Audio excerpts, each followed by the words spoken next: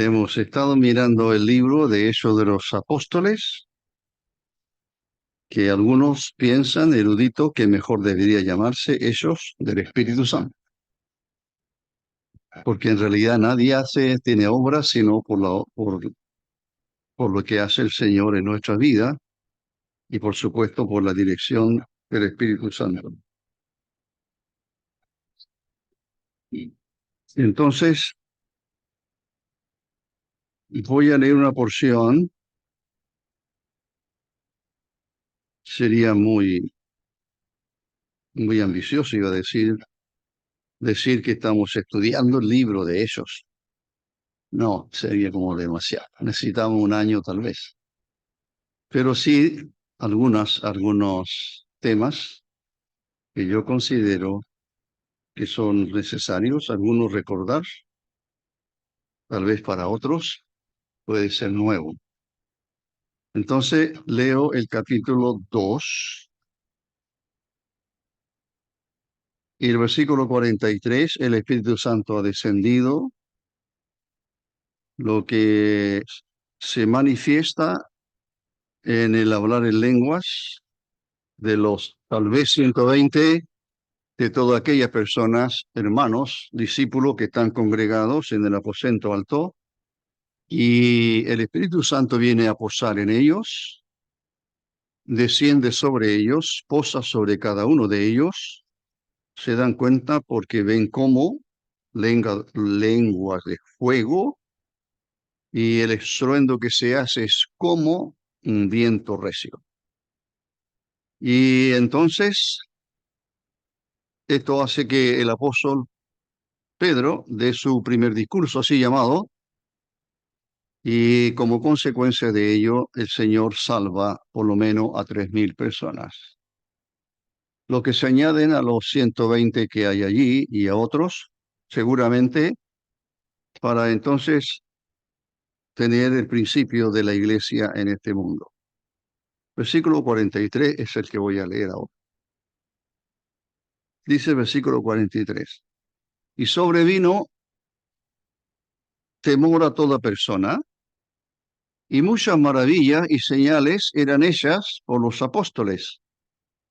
Todos los que habían creído estaban juntos y tenían en común todas las cosas, y vendían sus propiedades y sus bienes, y los repartían a todos según la necesidad de cada uno. Y perseverando unánimes cada día en el templo y partiendo el pan en las casas, comían juntos con alegría y sencillez de corazón, alabando a Dios y teniendo favor con todo el pueblo. Y el Señor añadía cada día a la iglesia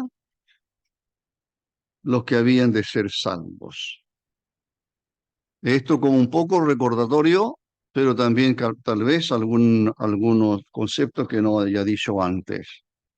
El versículo 43, lo que tenemos aquí es que los apóstoles ahora son depositarios de la tarea que el Señor comenzó a hacer, como dice Pedro en su discurso, donde Dios, por su Espíritu, se manifiesta primero en Jesús, Nazareno, como le llama Pedro, y ahora se va a manifestar el Espíritu de Dios en los creyentes, comenzando con los apóstoles.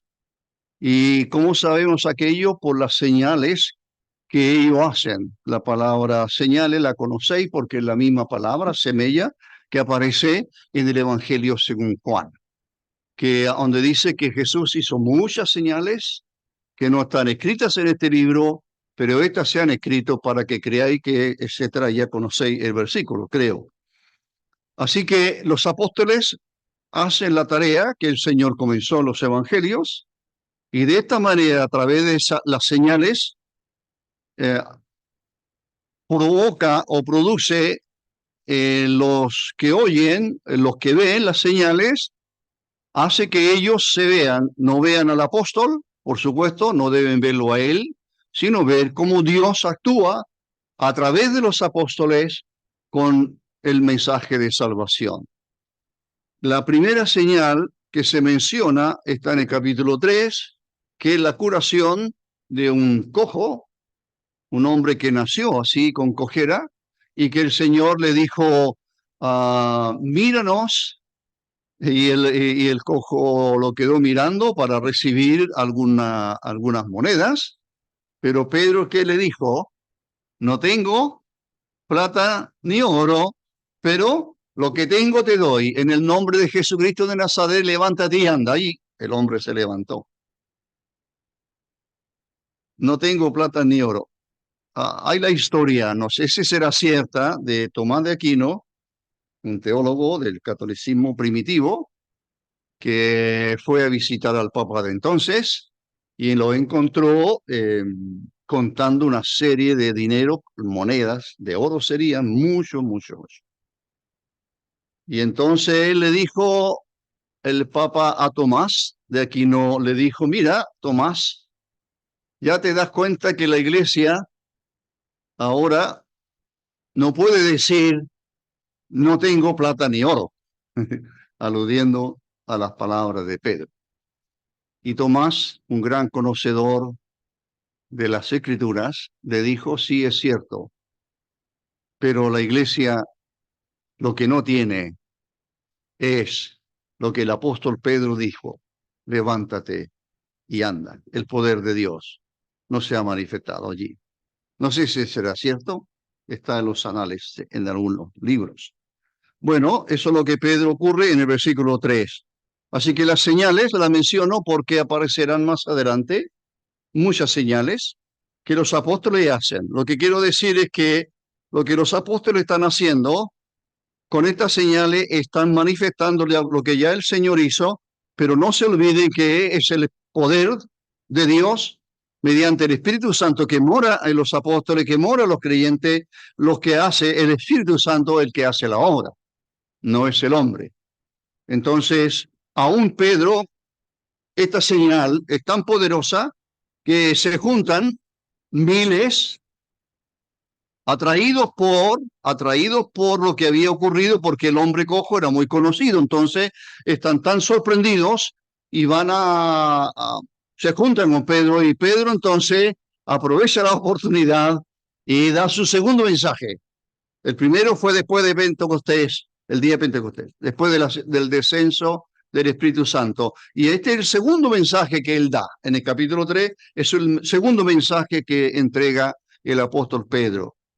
Ahora se convierten 5.000 personas.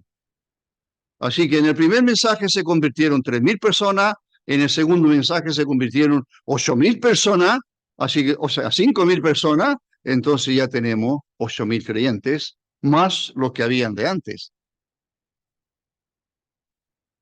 Este libro es tremendamente fabuloso, porque están los principios realmente del cristianismo. Leerlos debe ser, lo es para mí, darme cuenta cómo Dios obra, no el hombre, cómo Dios obra a través del hombre creyente. Y entonces, eso les menciono porque no me voy a detener en la curación del cojo. Y entonces el versículo 43, hay temor en todos.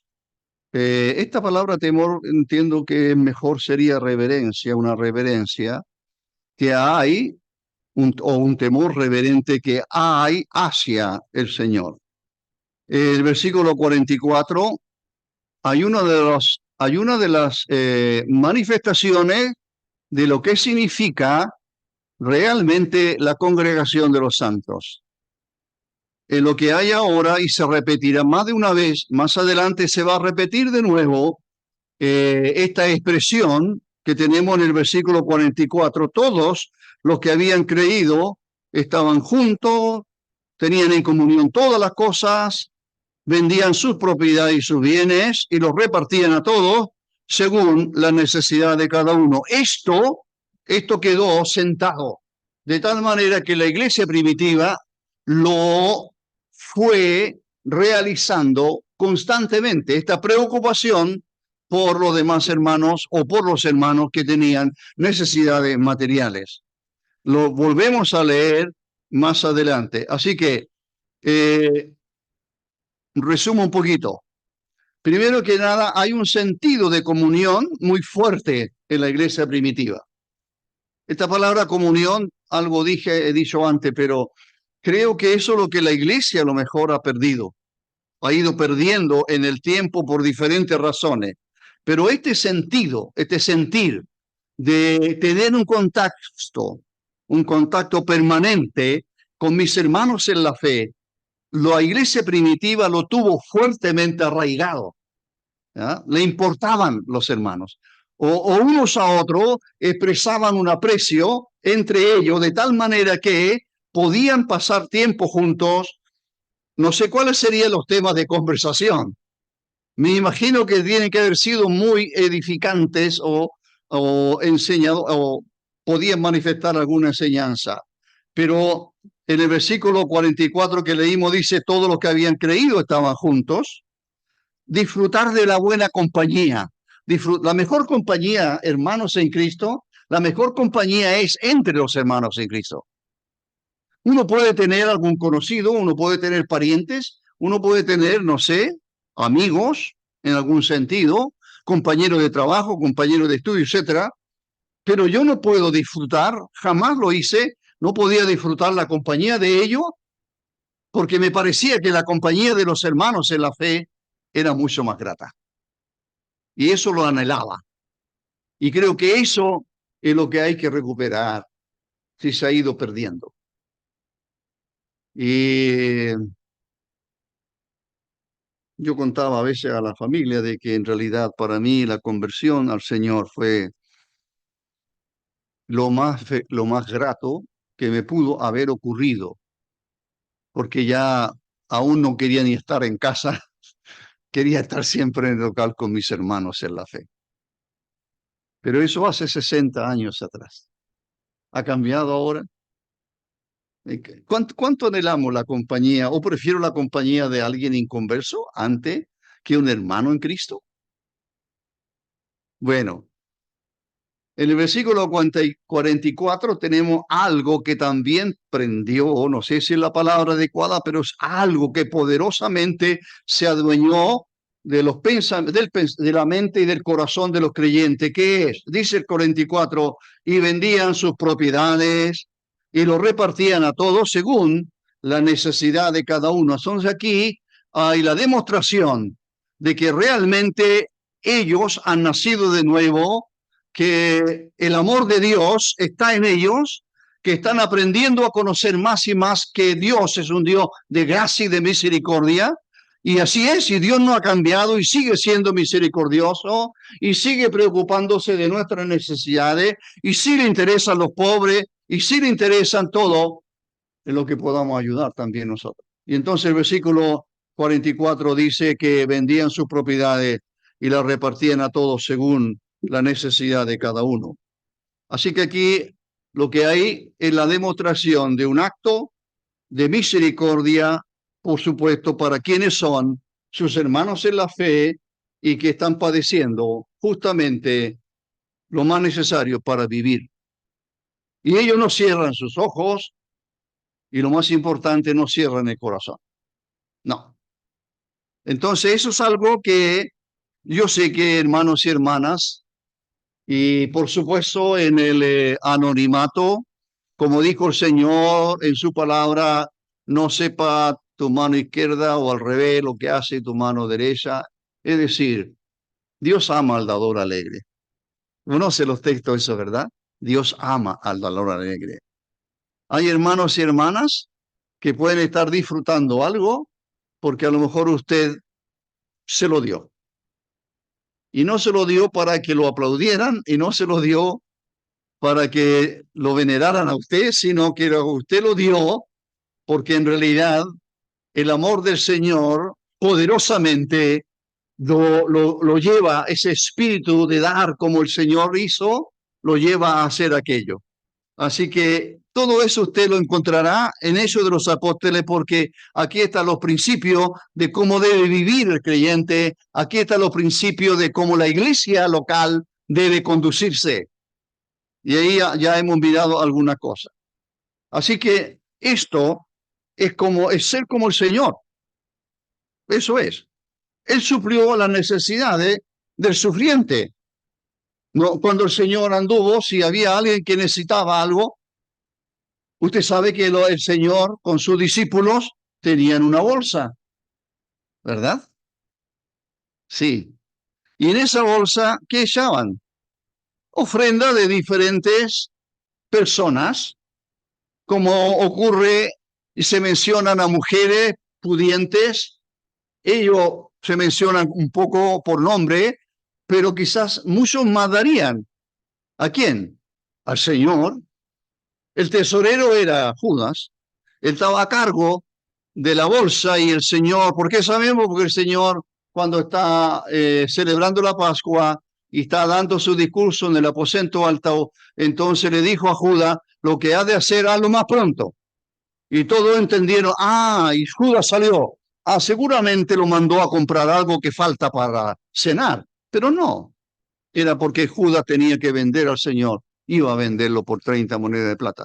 Pero ahí uno entiende que el Señor y sus discípulos tenían una caja, por así decirlo, donde recibían ofrendas para su subsistencia, pero generalmente también estaban ayudando a los pobres. Y eso la iglesia lo continuó. La iglesia continuó eso. Mire, la iglesia continuó haciendo lo que el Señor hizo. Eso es lo que quiero mostrarles de la mejor forma posible, a ver si me entienden. Pero la iglesia lo que está haciendo, por ejemplo, las señales ya las mostré. Las señales que hizo Pedro, las hará Pablo más adelante, las harán otros creyentes más adelante. Lo que están haciendo ellos es lo que el Señor hizo, ser instrumento de Dios, ser instrumento en las manos de Dios, donde se manifieste el poder de Dios, donde Dios a través de ellos lleguen con el Evangelio, y las señales eran precisamente una forma de atraer personas a escuchar la palabra de Dios, como ocurrió aquí en Hechos capítulo 3, donde se convirtieron 5,000 personas. Así que el versículo 1 del capítulo 4 dice, no, no, ese es el versículo, pero lo cito, no había entre ellos ningún necesitado. Y ahora en el resto de la reunión, me queda como media hora, en el resto de la media hora que tengo, todo esto un poco introductorio, porque quiero hablaros de Ananía, de Bernabé primero, y luego de Ananía y Zafira. ¿Usted conoce a Ananía y Zafira? Me imagino que sí. Si no, yo se los voy a presentar. ¿Ya? ¿Dónde está eso? En el capítulo 5, pero tenemos que leer el capítulo 4. Entonces, vamos a ver dos ejemplos. Uno absolutamente aplaudible, digno de imitar, y otro absolutamente deplorable, que deshonró al Señor y que, por supuesto, sirva para nosotros como advertencia. Fue algo trágico, pero creo que hay varias demostraciones del obrar de Dios en esto que vamos a leer. Hay varias. Ojalá pudiéramos darnos cuenta de ello. Entonces leamos en capítulo 4 de Hechos, y dice el versículo, volvemos al 32, otra vez se repite, y la multitud de los que habían creído eran de un corazón y un alma. Y ninguno decía ser suyo propio nada de lo que poseía, sino que tenían todas las cosas en común. ¿Qué le parece eso? Hoy día no, ¿verdad? Hoy día enseñaron a los niños, no recuerdo que mi madre me haya enseñado eso, pero hoy día se le enseña a los niños, y de tal manera que ellos lo expresan, esto es mío. Y cuando a los niños se les enviaba, no sé ahora, pero cuando se les enviaba al jardín, eran pequeñitos y tenían que llevar su colación, la mamá le decía, es tu colación, es tuya, de nadie más. ¿Qué le está enseñando la madre a ese niño? Egoísmo. ¿Y qué más? ¿Y qué llegaba al niño? Porque yo solo lo vi o lo escuché de lo que recuerdo. Y llegaba al jardín y cuando venía la hora de la colación, la profesora decía o la tía decía, muy bien, pongan toda su colación ahí y la dejan en una bandeja y cada uno se sirve de lo que quiera. Entonces el mandato de la mamá o el dicho de la mamá no sirvió para nada, porque la profesora quería enseñarle precisamente comunión, quería enseñarle compartir, esa es la palabra, compartir. Algunos llevarían más, otros llevarían menos. Bueno, no había entre ellos ningún necesitado. El versículo 33, gran poder o con gran poder los apóstoles daban testimonio de la resurrección del Señor Jesús y abundante gracia era sobre todos ellos. Note que hasta aquí todavía todo radica en los apóstoles. Luego van a aparecer otros creyentes, pero hasta aquí son los apóstoles en quienes reside la responsabilidad de no solamente la predicación de la palabra, sino también la preocupación por atender las necesidades de los pobres, creyente me refiero. Muy bien. Versículo 34. Así que no había entre ellos ningún necesitado, porque todos los que poseían heredades o casas, las vendían y traían el precio de lo vendido. Eso no es imaginable en el día de hoy. ¿Alguien va a vender su casa para repartir lo conseguido entre los pobres? Parece que no, ¿verdad? Pero esto fue común en el periodo de los inicios de la iglesia. ¿Qué es lo que está haciendo el Señor? ¿Qué están haciendo estos creyentes? Sentando las bases de lo que debe ser la iglesia en este mundo. Una preocupación por los demás. No solamente una preocupación entre hermanos en un círculo tan cerrado, sino que también hacia afuera. Que el mundo vea en nosotros que realmente nos importan las personas. Ya sea que aporte con algo para su sustento o, lo más importante, les lleve el Evangelio. De alguna manera, les lleve el Evangelio. Entonces, dice el versículo, y ya está, ahora llegamos al primer ejemplo positivo, que es Bernabé. No había ningún necesitado, traían el precio de lo vendido y lo ponían, esta frase se repite más adelante otra vez, y lo ponían a los pies de los apóstoles. ¿Qué significa eso? No significa que traían el dinero, la bolsa, no sé, de moneda de oro en esos tiempos y se lo ponían ahí en la sandalia a los pies de los apóstoles, no. Sencillamente que los apóstoles eran los administradores. Los apóstoles hasta aquí eran los que administraban todas las ofrendas recibidas, y ellos podían entonces, donde estaban las necesidades, ir en auxilio de aquellos hermanos o hermanas.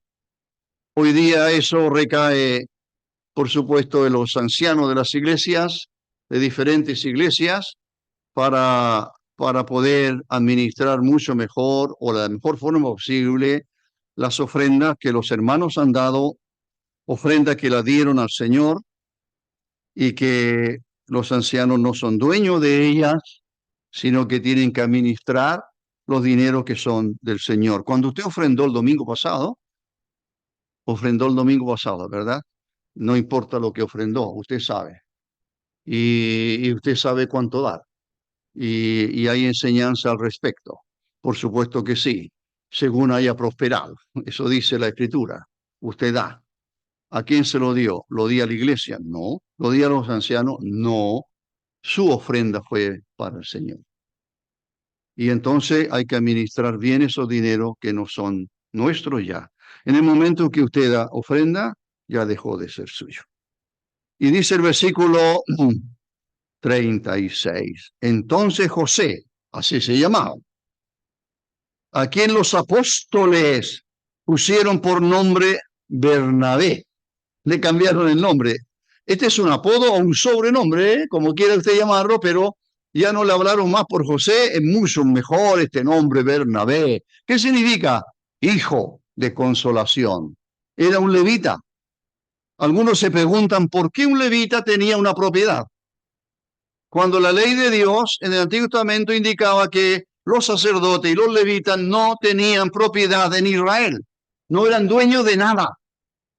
Los sacerdotes y los levitas vivían de lo que el resto de las tribus, lo que el resto de Israel aportaba a través de sus ofrendas para el sostén. Eso es lo que Nehemías les recuerda a Israel cuando Nehemías va a reconstruir los muros de la ciudad de Jerusalén.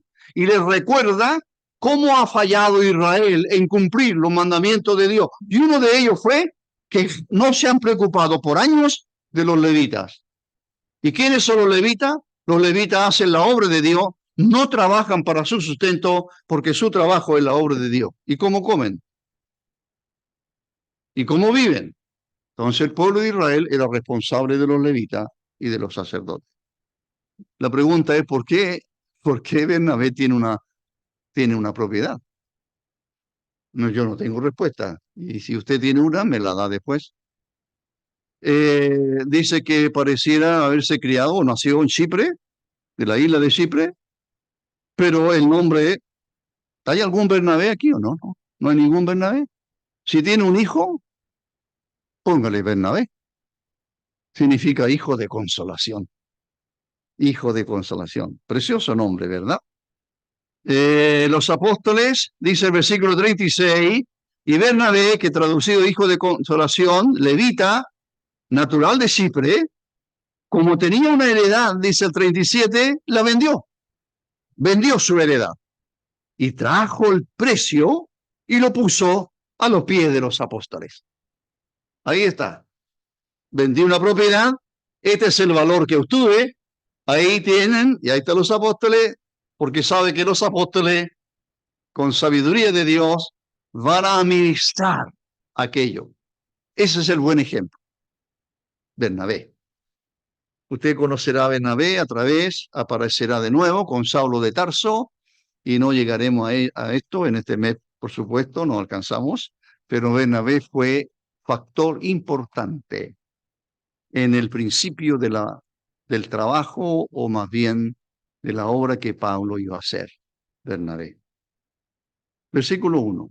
Veamos ahora el ejemplo que no es ejemplo bueno para nada. ¿De quién se trata? De un matrimonio. Hablemos de matrimonio.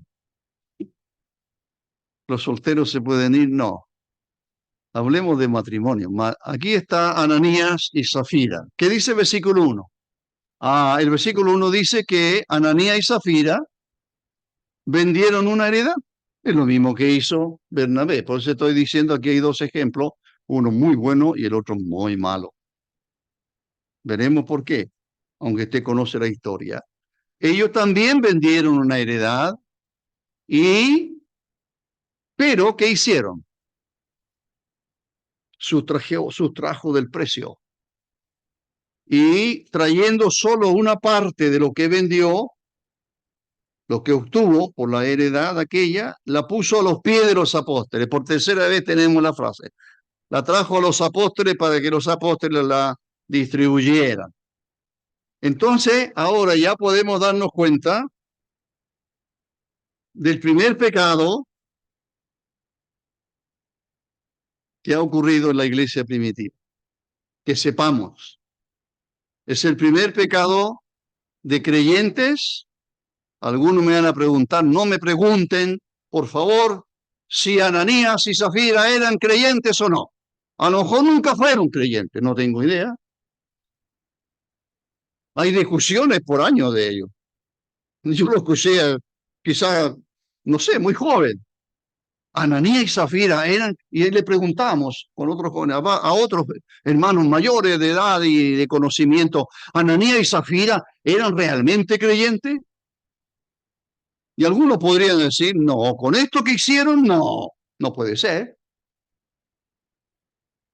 Bueno, usted conoce ese texto que dice, el Señor conoce a los que son suyos, ¿verdad?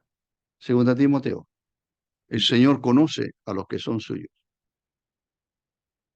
Pero el texto no termina ahí. ¿Qué sigue después?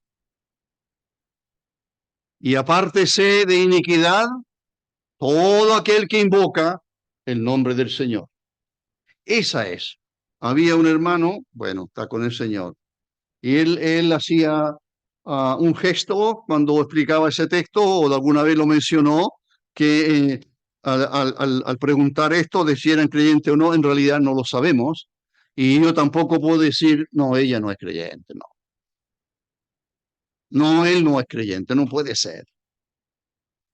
No conozco yo el corazón de ella o de él. Entonces él decía, y citaba el texto de 2 Timoteo, así creo, ponía la mano. El Señor conoce a los que son suyos, pero apártese, como decía, y todo que ha confesado al Señor tiene que apartarse de toda iniquidad. Pero quien conoce su corazón es el Señor.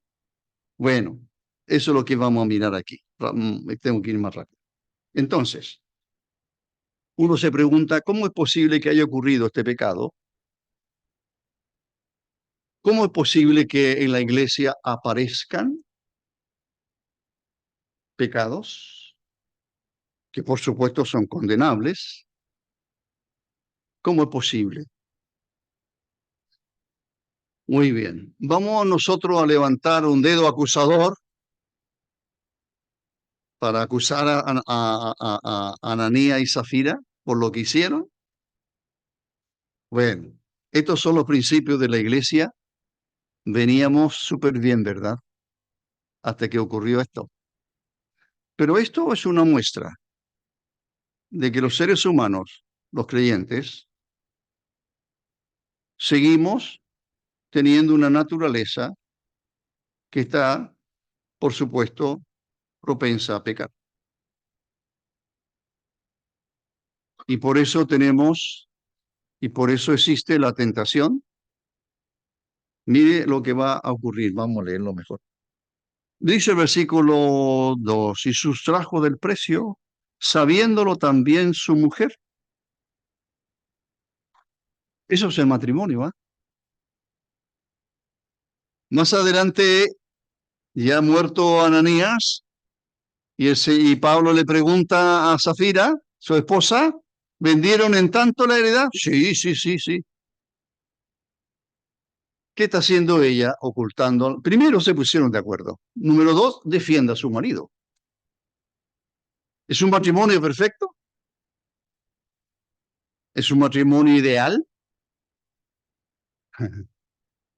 Piensen, hermanos y hermanas, que ustedes ya son casados, algunos por años. ¿Estáis dispuestos a ocultar un pecado de su cónyuge? Hablo del marido de la mujer. Pero eso es lo que está haciendo Zafira. Se pusieron de acuerdo, marido y mujer. Así, como dije antes, eso es el matrimonio, es un compartir, es hacer las cosas juntos. Pero cuando hay pecado de por medio, por supuesto que una esposa, o al revés, un esposo, no puede mantener oculto aquello si forman parte de una iglesia en alguna localidad.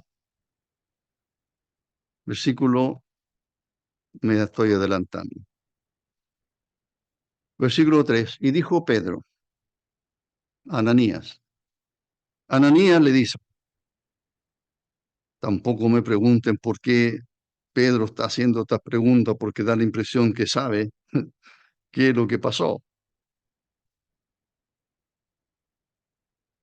Pero para que noten ustedes que Pedro es un hombre, creo yo, lleno del Espíritu Santo, y por supuesto el Espíritu de Dios ya le habrá enseñado, revelado a quien tiene enfrente, a alguien que está mintiendo, a alguien que está robando, a alguien que está diciendo algo que no fue así, etcétera. Versículo 3. Y dijo Pedro, Ananías, ¿por qué llenó Satanás el libro de Hechos, el libro de principios? Y aquí apareció Satanás ahora. Aquí apareció Satanás ahora. El vocablo Satanás significa adversario. Y significa que este adversario, adversario de Dios, adversario de los creyentes, por supuesto, como dijo también la palabra de Dios, él anda como león rugiente buscando a quien devorar. Satanás tiene acceso. Uno lee el libro de Job y queda realmente asombrado de lo que está sucediendo en los lugares que nosotros no podemos ver ni oír. Y ahí está Satanás acusando de alguna manera a Job. Acusó también a Isaías, ¿verdad? Bueno, es el acusador. Adversario es la palabra. Satanás significa adversario. Y entonces Pedro le dice a Ananías, ¿por qué? ¿Por qué permitiste? ¿Por qué llenó? Satanás está alrededor, buscando las debilidades de los creyentes, nuestras debilidades, buscando por dónde puede entrar para contagiar, para tentar, para que este creyente, quien quiera que sea, deshonre al Señor. Esa es la tarea de él. Que Dios sea deshonrado. Y qué mejor que sean los creyentes en Cristo. Porque el mundo está deshonrando a Dios a cada rato.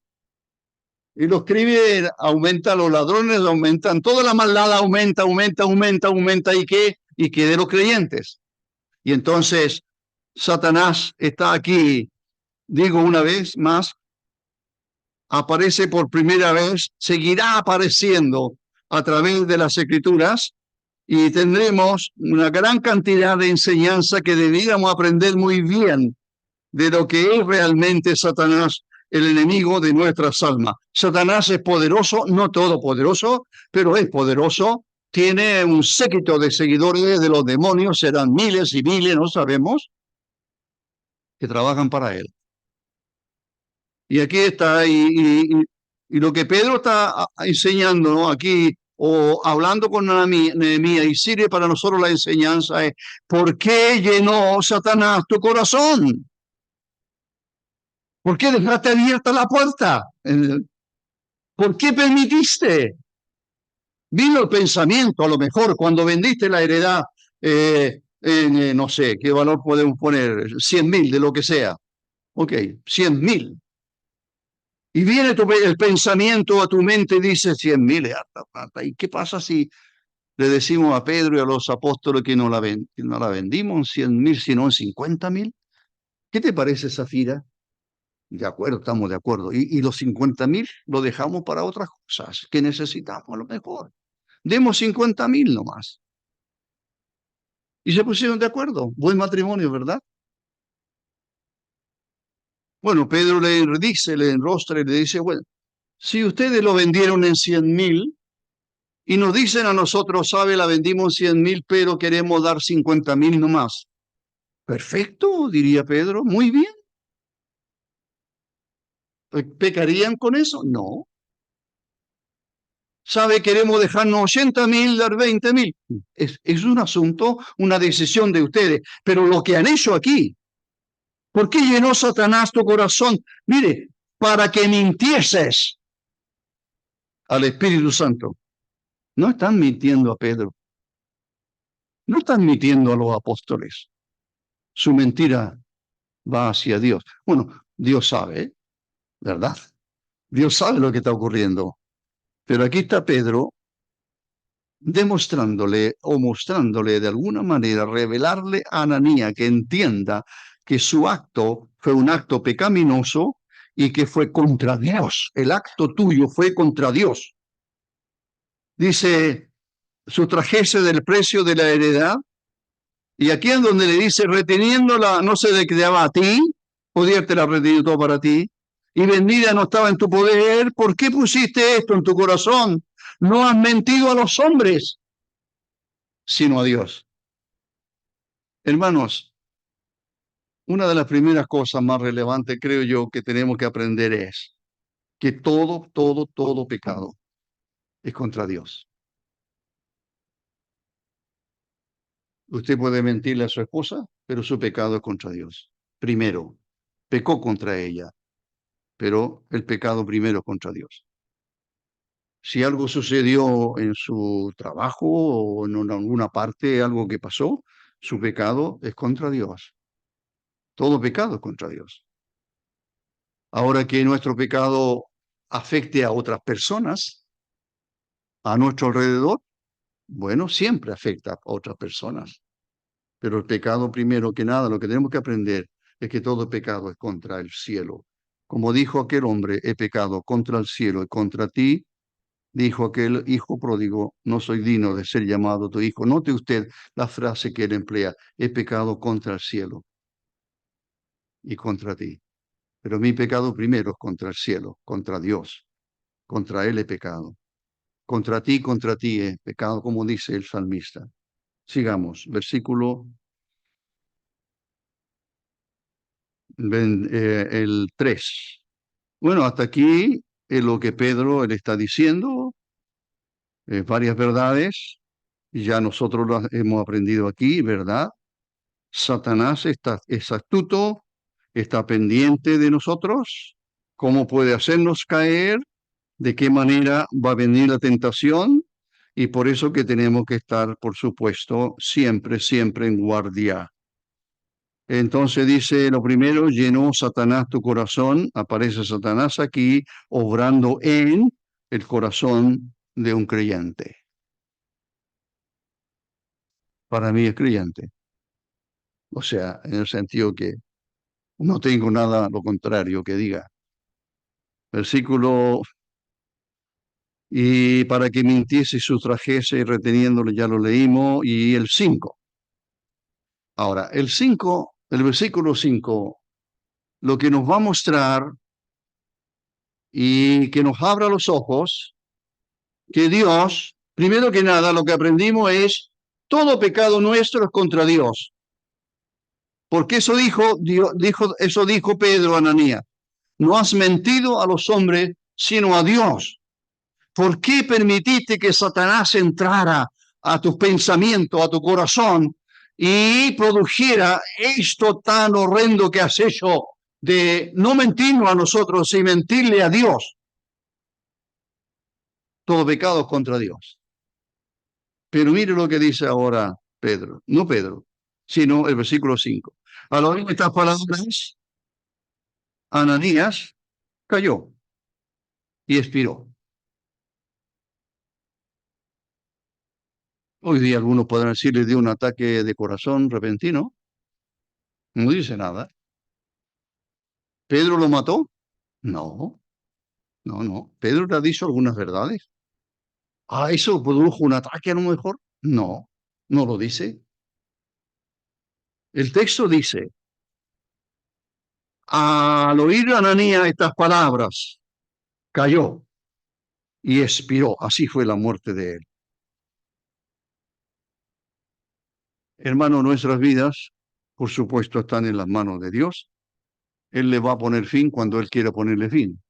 Y en este caso puso fin a la vida de Ananías. Este es el primer acto de disciplina y es uno de los más duros que uno pueda mirar en la palabra de Dios. Y aún hoy día se ve eso. Quizás nunca hemos escuchado eso, pero Dios está obrando. Mire, Dios está obrando en la salvación de muchos individuos, de miles. Dios está obrando en el corazón de todos los creyentes para que todos tengan un mismo sentir de ayudar. Por amor al Señor y amor a los hermanos, ellos están dispuestos a ayudar. Hemos visto, uno puede ver en este libro, cómo Dios está actuando, no solo en la salvación de inconversos, no solamente en el corazón de los creyentes para que cada vez sean más amantes los unos a los otros. Dios está obrando a través de señales. Su nombre está siendo conocido cada vez más. Y de repente ocurre esto. Pero Dios actuó. No Pedro, no los apóstoles. La iglesia aprenderá y hay la enseñanza respectiva para que los creyentes en Cristo en una asamblea local puedan actuar en disciplina a veces. Pero aquí no es Pedro ni los apóstoles, es un acto disciplinario directamente de parte del cielo. Y Pedro y Ananías muere. Así que el pecado siempre es contra Dios y en este caso de aquí, Dios actúa no a través de los apóstoles, pudo haberlo hecho, sino Él actuó directamente contra el pecador o el hombre o el creyente que ha pecado. Y así que Dios interviene, Dios juzga y Dios castiga el pecado. Siempre es así. Nunca un pecado pasa inadvertido a Dios. No. Dios no deja pasar. No. De una o de otra manera, Él actúa en la vida de los creyentes en Cristo. ¿Por qué? Porque su santidad lo obliga a eso. Hoy día en las asambleas de acuerdo o las iglesias, hoy día tenemos la enseñanza, por supuesto, completa de la palabra de Dios y los hermanos que actúan en disciplina tienen que conocer, por supuesto, bien la palabra de Dios y cómo aplicarla a cada caso. Pero en este aquí estamos en el principio de la iglesia y este es el primer pecado cometido en la iglesia, en los creyentes que se congregaban. Veamos ahora, porque ya no me queda mucho, ¿verdad? Veamos a la esposa ideal, Safira. Versículo 7. Pasado un lapso de 3 horas, ahora llega la mujer de Ananías, se llama Safira, y Pedro la enfrenta. Bueno, antes de eso ocurrió que los jóvenes, mire para lo que servían los jóvenes, dirá alguien, para sepultar a los muertos. No, aquí pueden ser hombres jóvenes, no jovenecitos jóvenes, no. Tal vez serían hombres jóvenes que se necesitaban para tomar un cadáver, ir a algún lugar, hacer una tumba, cavar una tumba y sepultarlo.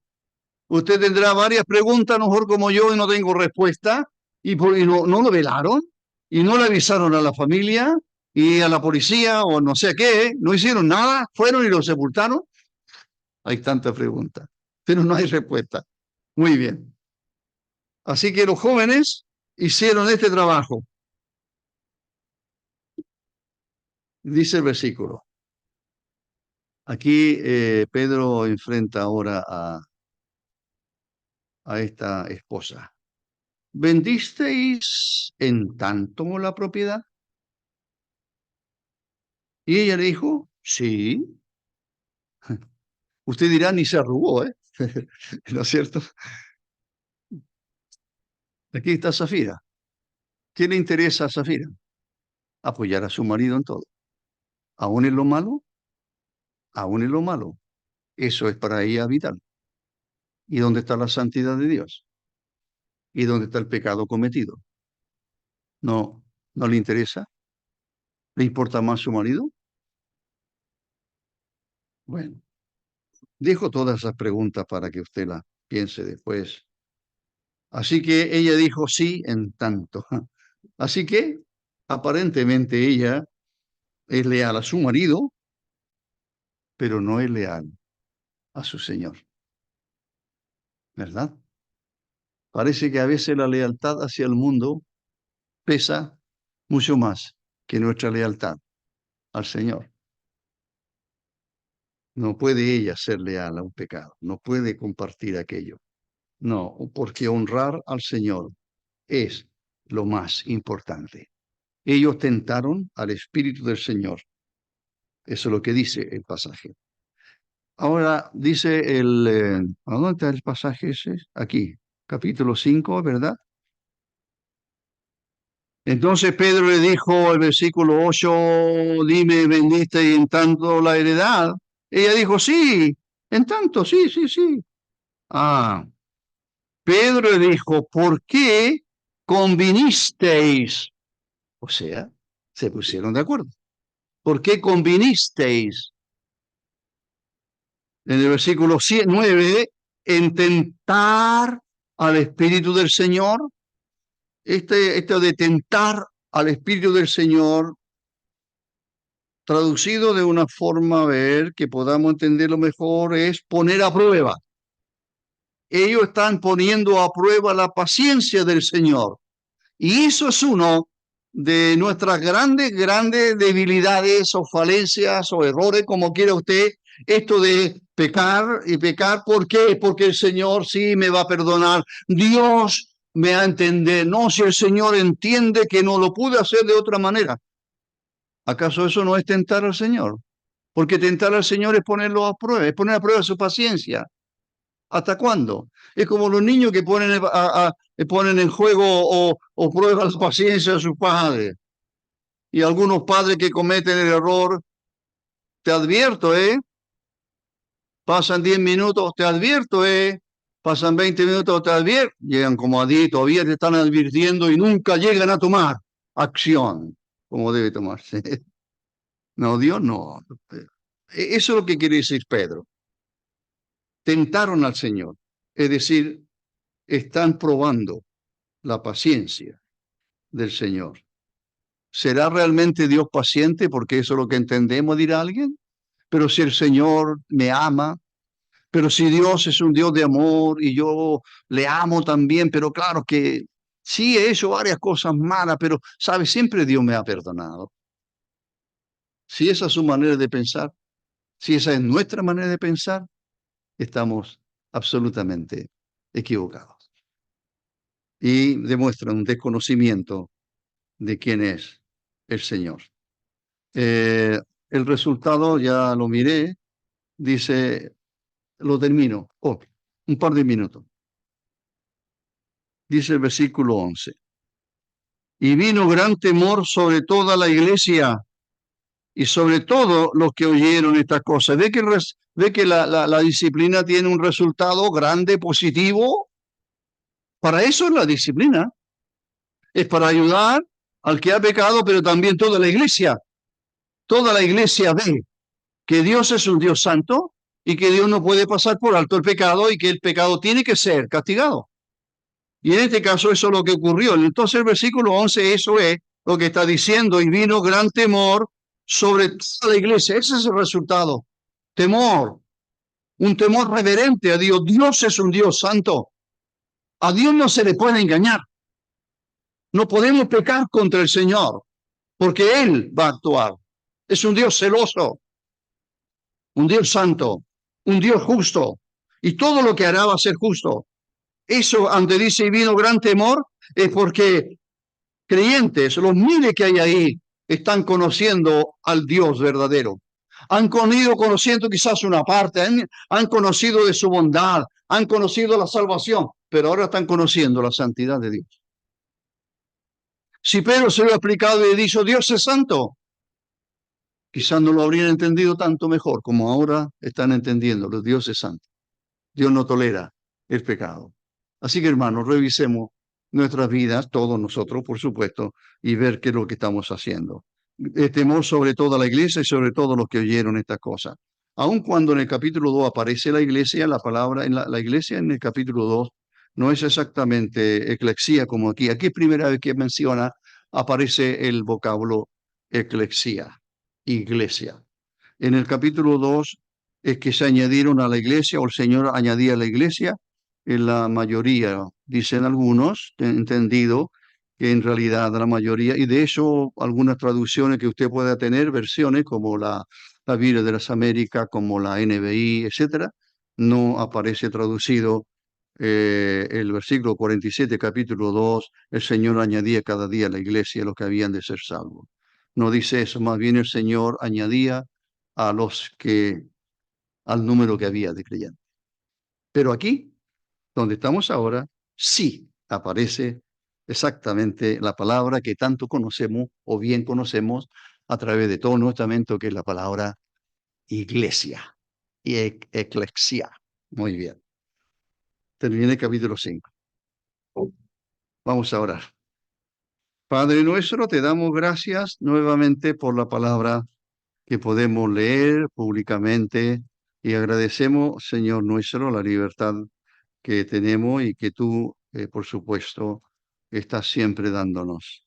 Te damos las gracias, que podamos aprender quién eres tú, que podamos aprender cada día mejor que eres un Dios, sí, misericordioso, sí, por supuesto, un Dios amante, eres un Dios lleno de bondad hacia nosotros, pero también no debemos olvidar que tú te has manifestado como un Dios celoso, como un Dios santo, como un Dios que el pecado no puede pasar por alto. Así te damos gracias que esto quedó registrado porque es para nuestra admonición, es para nuestra exhortación, es para que seamos edificados. Gracias te damos, nuestro Padre, nuevamente en el nombre del Señor Jesús. Amén. Muy bien.